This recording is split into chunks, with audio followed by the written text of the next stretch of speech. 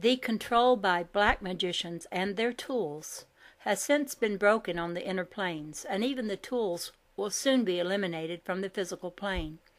The Christ forces, assisted by the angelic kingdom, have seized and removed all black magicians from the planet. Their human tools still exist on the physical plane by the thousands, but their nefarious endeavors will be smashed down as soon as the seventh ray has done a bit more of its beneficent work of transmutation.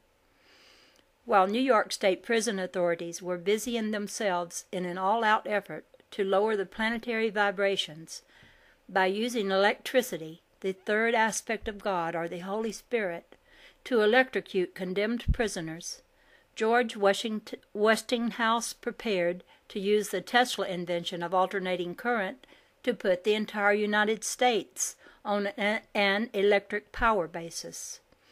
Tesla, meanwhile, back at his research, set about to make obsolete his earlier inventions and place the entire world on one simple electrical system, which would enable all of God's children, from the Arctic to the Antarctic, to have light, more abundant light, and living advantages.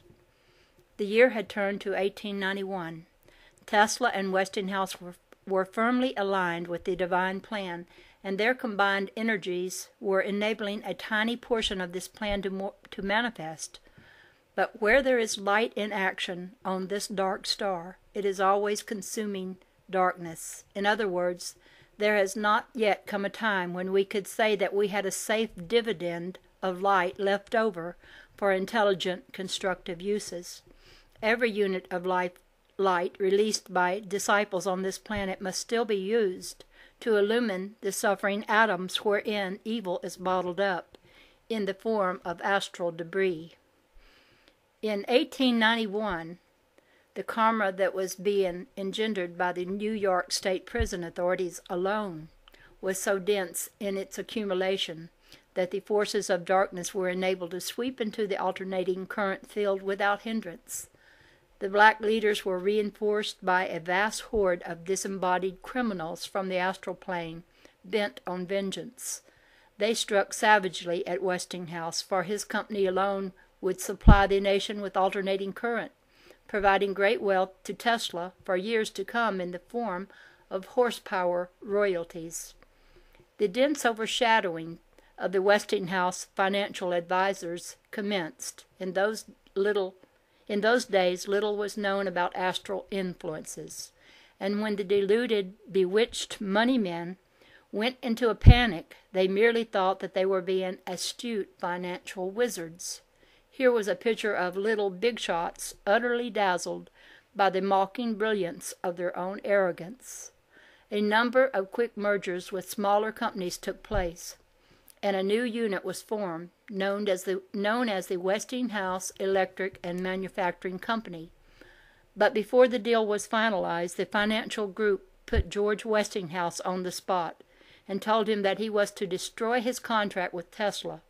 The alternative, the money men would destroy the Westinghouse organization as it existed at that time. The financial wizards were crazed by their astral overshadowing and goaded into a greedy desire to consume all. They were adamant in their determination to share no profits with anyone, not even the goose Tesla, who had laid the golden egg. Against this mighty army of darkness, George Westinghouse stood out like a giant pillar of light, but a lone giant. The financial interests were set to see the company destroyed rather than yield a single dollar in horsepower royalty to Tesla. But even one on the side of the forces of light is in itself a victorious majority against evil.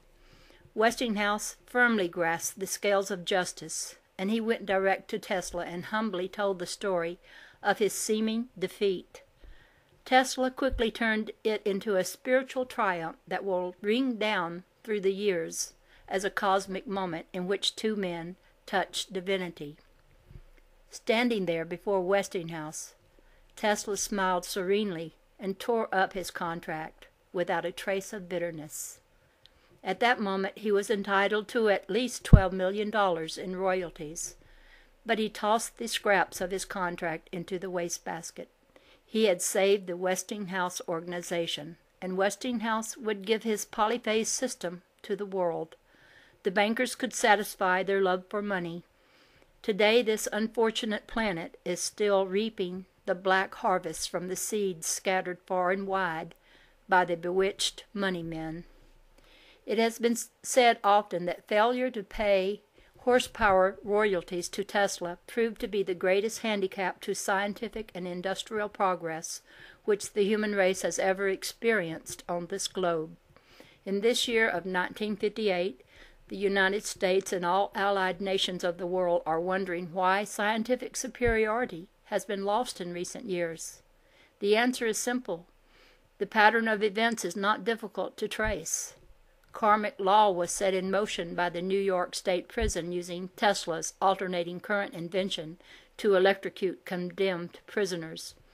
The karmic debt thus incurred precipitated at the point where alternating current development was centered. Tesla was a white magician and was protected against direct attack by the dark forces. He could be reached only indirectly, but the Westinghouse organization, through its money system, was wide open. The dark forces were able to attack freely through that open channel.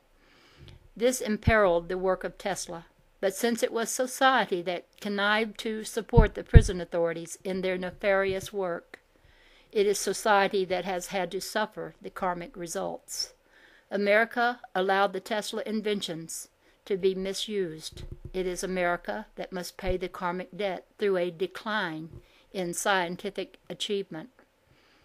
A very few years after Tesla and Westinghouse made their historic decision, Tesla was a global intellectual giant of such stature that he could easily, with the use of his inventions and discoveries, have swung this planet from evil to goodness, from darkness to light, from ignorance to illumination. But society, in its utter complacency, preferred prison methods to the methods of a Venusian initiate. And so the mills of the gods continued to grind slowly, awaiting the incoming seventh ray, which would bring the cleansing violet fire of transmutation to the dark star. After the financial setback engineered by the Westinghouse money men, Tesla never again had sufficient funds to develop in inventions. On many occasions, his co-workers begged him to develop some small aspect of his inventions in order to make money to support his greater discoveries. But Tesla always refused to spend his time on what he termed small. He desired to benefit a few people. He desired only to benefit humanity. Some of his co-workers felt that he was just being stubborn, but Tesla wisely knew his proper course. It must be remembered that another great initiate by the name of Jesus also tried to sell society on the idea of a better world. In this year of 1958, Jesus is still patiently waiting for the majority to join the minority in the support of his efforts. Tesla was well acquainted with the work of Jesus and with the work of hundreds of other initiates who had made supreme sacrifices for a belligerent and ungrateful humanity.